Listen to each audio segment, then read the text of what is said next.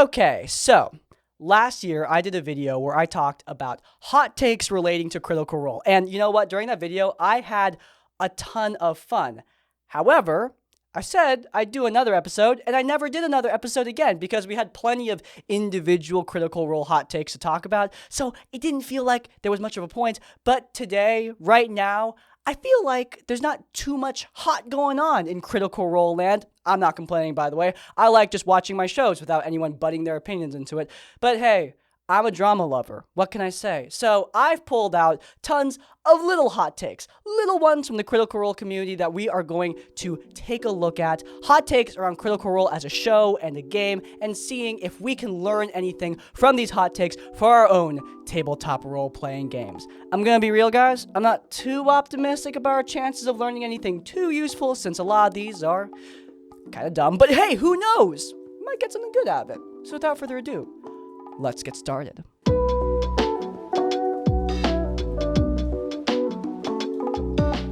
Alright, first off, Campaign 3 is in slower pace than the other campaigns. All three of them start slow and people are forgetting because of nostalgia.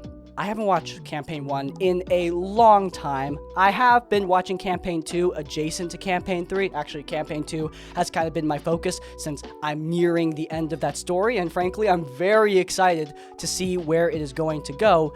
But yeah, I do agree with the general tone of this hot take, though I do think there are more frequent times where Campaign 3 meanders. The most notable time in my mind being when Bell's Hells had a party split and a bunch of guests were brought in. That was probably the slowest Critical Role has been, at least to me. I think the first half of that split, when it was like Laura and Sam and Abria and that group, I think that was, I don't want to say dreadfully slow because that's going to sound really mean, but to me, yeah, it was a very slow arc. There were cool moments. Let me make that clear. I think there were really cool moments, but was it worth the amount of time it took up? Not to me. And on the other hand of that, I think the arc with like Laudna, her side of the story, I think that was really solid. I thought it was a good return to form, though again, I don't feel like that length of a party split was necessary. However, that was not the beginning of Campaign 3. I think the beginning of Campaign 3 started with very similar pacing to the beginning of Campaign 1 and Campaign 2. Now, Campaign 1 of Critical Role, if you're unaware, that campaign had a party who had already been familiar with each other and who had already leveled up and who had been playing a home game together. So the pace of that part of the show, that's going to be wildly different than Campaign 2 or Campaign 3, where we have a brand new party getting through that awkward stages. Often, D&D campaigns are going to start at a bit of a slower pace. No matter how much the Dungeon Master tries to force you into some big, epic cold open, I mean, yeah, things are going to need time to build up. And I don't think that's really a bad thing in the vast majority of tabletop games.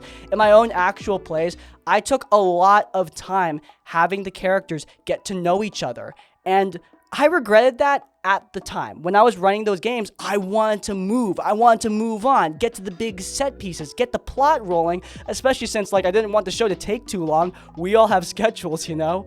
But I don't regret that I let the players do their thing, at least as much as I could, because those slower parts, as long as you can get through some of the more awkward stages of it, it can be very, very rewarding. Rushing through the beginning of a campaign is a good way to get a lot of regret later on down the line in the campaign, especially D&D campaigns, in my mind at least, they escalate so quickly. You go from killing goblins to gods so fast, so many times. And I'm gonna be real, this is a major problem in my campaigns. And I kind of miss those times where the party were fighting way more humble threats. So taking those beginning moments and not rushing through them, savoring them instead, I don't think it's a bad habit at all. Matt's a great game master who helped me learn the ropes as a newbie, but he overdesigns a lot. You see this in stuff like the Gunslinger, Blood Hunter, Resurrection rules, and the myriad random mechanics he adds to the game. This post kind of shows the spread between somebody who's a bit more of a rules minimalist and someone like Matt Mercer or me or Matt Colville who prefer to have more rules in the game. Now, let me make this clear. It does depend. Like, just because someone likes tons of rules during combat doesn't mean they want tons of rules and restrictions during roleplay. Like, I'm not trying to number crunch when I'm just talking with my players in character. In fact, I'm the exact opposite. I like just having roleplay be roleplay. The less dice rolling I need to do when just talking to people, the better, because it just makes things feel more natural. But with combat, I would prefer there to be more mechanics, more things for my players to think about, because that makes the combat all the more thrilling for me. Now, from watching Matt Mercer, I don't really know his exact way of describing this same thing. Like, maybe he does like some mechanics in roleplay, but from what I've seen, he does prefer to have more minimal mechanics during roleplay and a lot more mechanics during combat, or at least to the degree where he keeps the players engaged, but not so many mechanics that it overwhelms the group, especially since there are 7 people. If he adds too much to combat, it might be hard for them to move through in a more coordinated way just because there's so many people at the table. In fact, I think that it is a problem at Critical Role's table from a viewer perspective, because due to the sheer volume of people, it can get kind of slow sometimes. But the point is, beyond just the way Matt runs his game, the way he designs his game, designs his subclasses, designs his lore, he does get really into the nitty-gritty. This is especially visible with the Blood Hunter. The Blood Hunter has a lot going on in general, especially if you pick the Profane Soul subclass with all the spells. I mean, God, there are just so many different focuses going on with the Blood Hunter. The Gunslinger also has a lot going on for a subclass, especially, though I do think his Monk subclass and his Paladin subclass from Campaign 2, those are pretty in line with how Wizards of the Coast designs, which often is more moderate when it comes to the amount of resources that the player needs to keep track of. Look, overall, this is a very subjective thing.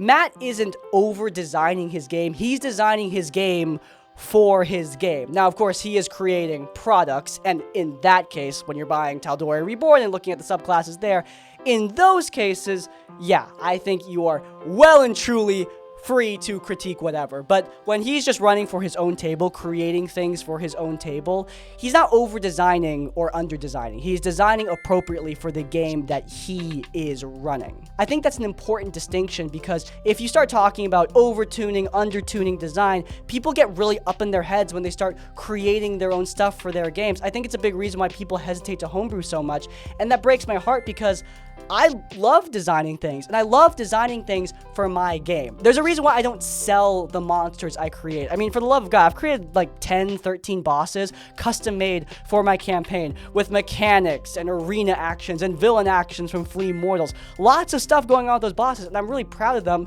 But, I mean, for God's sakes, I'm not going to sell them because they are designed for me and my game. And honestly, I don't know how much other people are going to get out of those.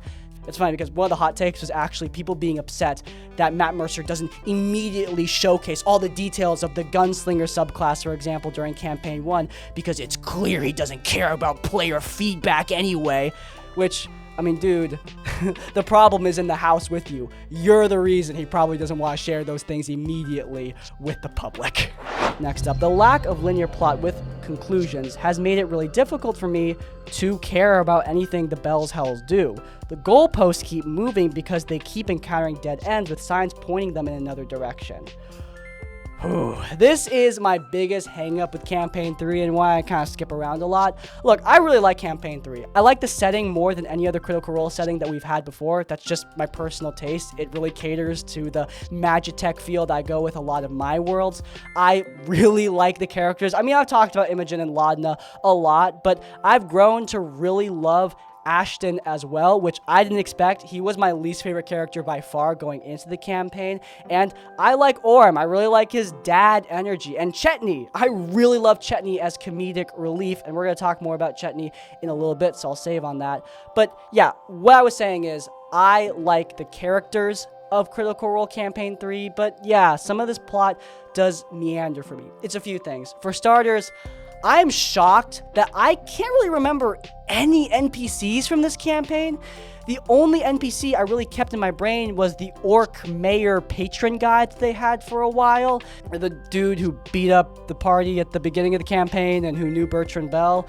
Yeah, he got murdered off screen, which really bummed me out because I felt like if he stayed in the campaign a bit longer, he could have been a fan favorite NPC, but nope, died off screen. Really lame. And honestly, I can't really name any other NPCs. I know there's a Tommy Wiseau based guy that is on the airship, but yeah, I mean, that's all I can remember, and that sucks. There's not really like a Pumat Soul, or a Marion Lavore, or a Gilmore, or an Allura, or any of the NPCs that made the first two campaigns so memorable, at least to me. Not to say this new campaign doesn't have cool NPCs, but I mean, what's funny is a lot of the cool NPCs are previous player characters from the last campaign. Like, I got more excited when seeing Vax or Caleb or any of those characters than I did seeing any of the original NPCs from this campaign, which is a darned shame. I think having concrete NPCs the party and the audience care about is a contributing factor, but yes, what this person pointed out is a big reason why, again, I tend to skip around Campaign 3. Having set arcs is a really helpful thing in D&D. Look, long-term goals are great. For example, Baldur's Gate 3, long-term goal, get Tadpole out of Brain. Okay, cool. But that can't happen until the end of the game, because if that happens early, the game is over. There's nothing for you to do now. So, the game satisfies your need for completion by giving you small goals and quests to accomplish along the way. I do this for my players as well. They have a similar goal to Baldur's Gate 3's problem of the tadpole. They have a cursed sword they need to get rid of. But that's not going to happen until the end of the campaign. So every location they arrive to has its own isolated story for the party to complete. And Campaign 3 does have isolated stories, but they are so tied into the larger plot of this God Eater that sometimes it can be just hard as hell to care about those smaller stories. That's a big reason why recently I've been getting more into Critical Role Campaign 3, because the individual characters, Laudna at least, have had more completion when it comes to their arcs. Like, Laudna has finally dealt with Delilah as a problem in the most recent episodes of Critical Role Campaign 3. It took forever, but it was a really satisfying moment. I just wish that this was something that could happen earlier. Like, when I was making tons of videos on Campaign 3, you noticed that it was moments where Laudna was dealing with her patron, because it really felt like we were actually accomplishing something with the campaign. We had a goal, a quest that we could accomplish soon, rather than something way down the line. Look, I'm not trying to say that this style of running D&D is invalid. God, no. I mean, some people are really into that endless chase.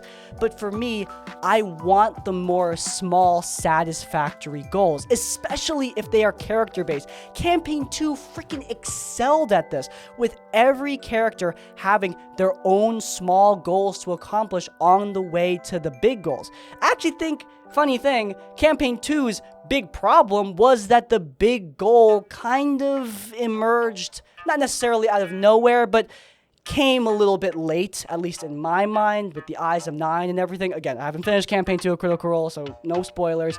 But I think the strongest part of Critical Role Campaign 2 was the individual player arcs. Jester with Traveler Con, Ford with his patron and the Wild Mother. All that was so well done. And it's funny because I feel like Campaign 3 has a more solid overall big goal with the God Eater, but less defined individual player goals. It's just an interesting thing, a balance that's hard to hit. It's why I often say the Matt Mercer effect is over-discussed, because yeah, Matt Mercer, I mean, he's not a perfect DM. He makes mistakes, just like this. I mean, just like any other DM, he has his struggles. And I think landing that balance, that is a struggle, not just for him, but for many DMs. I myself have also had this problem in my most recent D&D campaign. It's gonna be a problem if you want to run a bigger campaign over the course of years, rather than a smaller campaign over the course of like 6 sessions. I found getting the party to care about their goals in a shorter campaign is much easier. Look, long campaigns are awesome. I've run 2 of them, I'm in my 3rd, and all of them have been amazing experiences. But this is a struggle that I think you need to be aware of, and one that Matt Mercer himself has not fully figured out, because frankly, it's a hard needle to thread, man. Okay, next up, Matt railroads his players, giving them only the illusion of choice. They're all too trusting to notice. Liam notices, but you can see him biting his tongue quite often. In the lead off from that, Liam is the better dungeon master. That last bit is subjective, but frankly, when it comes to Liam noticing and biting his tongue, when it comes to Matt Mercer's awful railroading, I'm not going to ask your source on that because I'm pretty sure I know the source. The source is you made it the fuck up. I have never noticed Liam doing anything of the sort, but moving on from that, I will say, Matt does occasionally have more linear moments in his campaign because, like, look, sometimes you gotta do that as a dungeon master. I don't know what to tell you. I'm not saying you should railroad your players all the time, but yeah, sometimes I push a more linear goal, especially in shorter campaigns, but even in longer campaigns, like, I just need to get the players back on the track to accomplishing the goal they want to accomplish. It's funny because we were just complaining about how Campaign 3 has its problems with a lack of direction, with a lack of stable arcs that define the campaign, and here this person is complaining that Matt has too much direction, that he's railroading. So just goes to show people have different points of view, and some people are also stupid. But look, the point is, I think Matt railroads, massive scare quotes there, as much as any average dungeon master needs to. The guy's gotta get his plot back on track, especially since he's running a show, for God's sakes, okay? You gotta understand, dude's got a plot to tell and only so much airtime to do it, alright? So when he needs to direct his players back, I've never found it to be obnoxious. I've said in the past that I sometimes cry out, Matt, what the hell? During decisions that he makes, but it's never in a railroading sense. It's usually just like an individual ruling during combat sense. I've never seen Matt Mercer be an overtly railroady dungeon master, and frankly, if you think he is, I feel like that might be a problem for you as a player. Next up, let's end this off with a positive one. Chetney is brilliant, and finding a way to make a legit character inspired by Chetney is amazing. When imagining the characters, I can feel Chet more than the others due to Travis's skills, Laudna being the one I can see and feel when they roleplay as well. Obviously, I agree that Laudna is awesome. I have spoken at length about how I really love Laudna as a character, but yeah, Chetney has surprised the crap out of me. I was very disappointed when Chetney was revealed because, I mean, I really loved Bertrand Bell as a character, and I actually was hoping he would be the perma character for Travis. I knew he wasn't going to be because of the level gap. I just suspected he was going to die or get kicked out of the party, and that's what happened. And I was bummed out because I think Bertrand could have had some really awesome Ford-esque character development that would have been really compelling to see. And seeing a joke character take his place, yeah, it sucked. But I mean, I'm going to admit it, man. I think I was wrong. I actually really love Chetney, not just as a humor character. I mean, damn, Travis is funny as hell. But also, he has been a surprising, not necessarily father figure, but like, I don't know, messed up great uncle figure for the party. I mean, Travis doesn't drop gems as often as he does with Ford. I mean, God, let me make this clear. Ford is among my favorite D&D characters I've ever seen on screen. Like, I love Ford so much. Him, Jester, a bunch of the other Critical Role cast, I'm going to be honest. But yeah, Ford especially, I love Ford. And Travis really excels in that serious leadership role. But, I mean, here, he has a more subtle approach with Chetney. And it just goes to show, you shouldn't be so quick to judge joke characters. I mean, joke characters, gag characters, they can be annoying, all right? They can go too far, especially in serious campaigns. But just because a character makes jokes, has yucks, doesn't mean they're forever doomed to be unserious and impossible to deal with.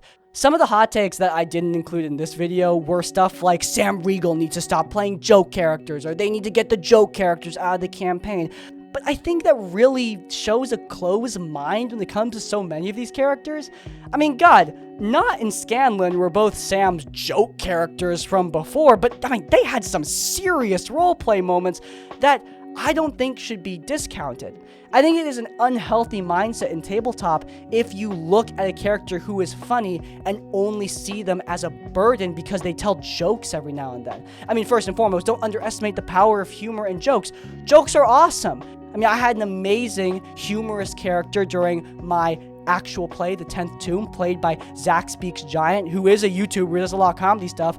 And that character, Pigeon, he was funny as heck, cute as heck, and epic as hell. I mean, he had some of the most badass moments in my campaign because, yeah, it's almost like characters are multi-dimensional. They can do many things. And I think having the Lily Orchard mindset, as I like to call it, where you only see a character with their first impression and never allow them to develop, I think that can be a plague upon a D&D party, especially when it comes to joke characters. Don't put them in a box. They might surprise you. Man, this episode went on a lot longer than I thought I would. I guess I had a lot to say. But in any case, if you guys enjoyed, then you might enjoy one of our older horror stories about somebody who tried to call out Matt Mercer. It is a real oldie, but it's a goodie. It's linked in the cards.